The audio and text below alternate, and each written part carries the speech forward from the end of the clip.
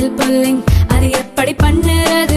காலையில் எழுந்ததும் எதுவும் சாப்பிடாமல் இதயம் வளத்தை வாயில ஊத்தி நல்லா கொப்பளிக்கணும், அப்புறம் அதை துப்பிடணும். இதுதான் ஆயில் புல்லிங்.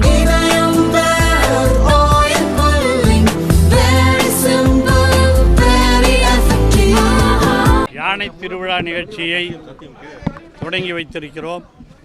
குறிப்பாக இந்த யானை திருவிழா நிகழ்ச்சியை வாலண்டரி அசோசியேஷன்ஸ், அதாவது சமூக ஆர்வலர்கள், அவர்கள் இந்தியா முழுவதும் இருப்பவர்கள், டெல்லி மற்றும் பல்வேறு பகுதிகளிலே இருப்பவர்களெல்லாம் இணைந்து நடத்திய இந்த விழாவை துவக்கி வைப்பதற்கு எனக்கு வாய்ப்பு கொடுத்திருக்கிறார்கள்.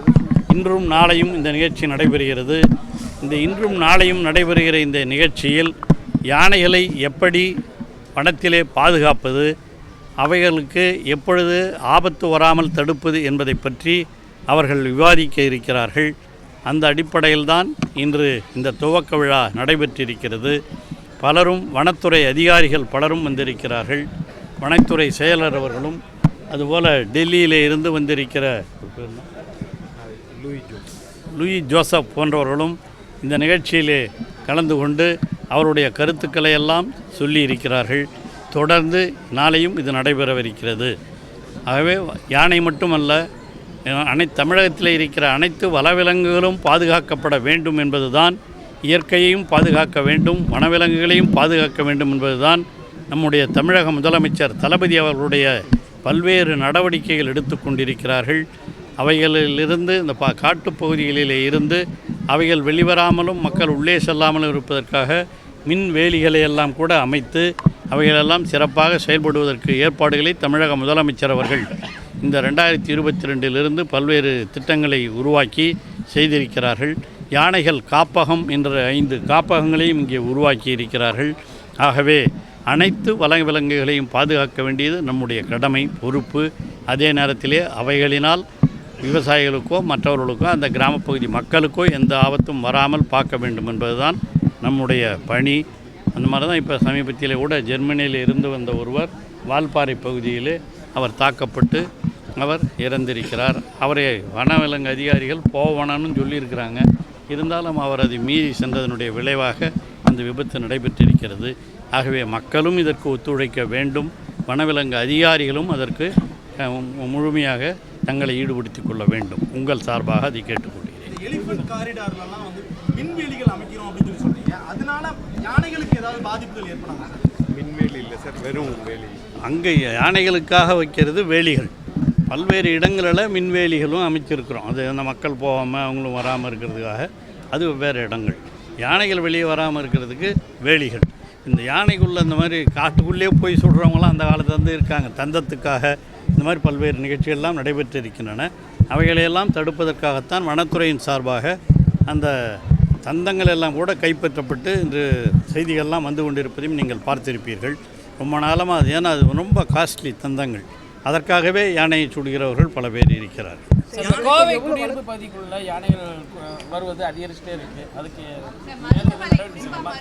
மருதமலை, வடவள்ளி, பெரியநாயக்கம்பாளையம் அங்கே தாங்க, அதுக்கு தான் ஒரு குழுவே போட்டு அவர்களுக்கெல்லாம் அது வெளியே வராமல் தடுப்பதற்கான பயிற்சி கொடுக்க வேண்டும் என்று நம்முடைய செயலர் அவர்களும் மற்றவர்களும் நினைத்து அந்த பகுதியிலே பணியாற்றுகின்ற ஃபாரஸ்ட் ஆஃபீஸர்ஸ் அவர்களை எல்லாம் வரவழைத்து இங்கே இருக்கிற வனத்துறை மாநில அதிகாரிகள் அவர்களெல்லாம் கூட ஒன்று சேர்ந்து இந்த பணியை செய்து கொண்டிருக்கிறார்கள். நிச்சயமாக விரைவில் அந்த போன்ற நிகழ்வுகள் நடப்பாமல் இருப்பதற்கு எல்லா நடவடிக்கைகளும் இதுவரையில் பல வழக்குகள் நடைபெற்று கொண்டு தான் இருக்குது. சமீபத்தில் கூட விழுப்புரத்தில் எங்கள் ஊர்லேயே ஒரு இடம் கைப்பற்றப்பட்டதை நீங்கள் பார்த்துருப்பீங்க. அந்த மாதிரி தந்தம் எங்கே இருந்தாலும் யார் வச்சுருந்தாலும் அதை கண்டுபிடிக்கப்பட்டால் உடனடியாக நடவடிக்கை எடுக்கப்படுகிறது. யானைகளால் பாதிக்கப்படுபவர்கள் யாருன்னா இருந்தால் கூட அந்த பாதிக்கப்படுபவர்களுக்கு உடனடியாக வனத்துறையின் சார்பாக நிதியும் வழங்கப்படுகிறது. 50 லட்சம் ரூபாவில் அவங்களுக்கு கொடுக்குறாங்க, அதையும் செய்கிறாங்க. 50,000 தமிழ்நாட்டில் யானை என்னுடைய அதிகம் இப்போ கிட்டத்தட்ட 3000 கிட்டத்தட்ட இருக்குது. 2961 இருக்குது. இப்போ அந்த யானைகள் இருக்குது. அவைகளை பாதுகாப்பதற்கான நடவடிக்கைகளும் ஏற்படும். யானைகளோட வலசை பகுதிகளில் குடியிருப்புகள், ஆக்கிரமிப்புகள்லாம் அதிகமாக இருக்குது. அதை தடுக்கிறதுக்கு அதை எடுக்கிறதுக்கு என்ன முயற்சி? அது இப்போ குறிப்பா நேற்று ஈசா மாதிரி இடங்கள்லாம் வந்து யானைகளோட வலசை பகுதின்னு சொல்றாங்க. அந்த ஈசா இது இருக்கிறதோ காரணியா இருக்கிறது. அது இன்னைக்கு நேற்று நடந்ததில்லை. நல்ல காலங்களாகவே வனத்துறையை பல பேர் ஆக்கிரமித்து இருக்கிறார்கள்.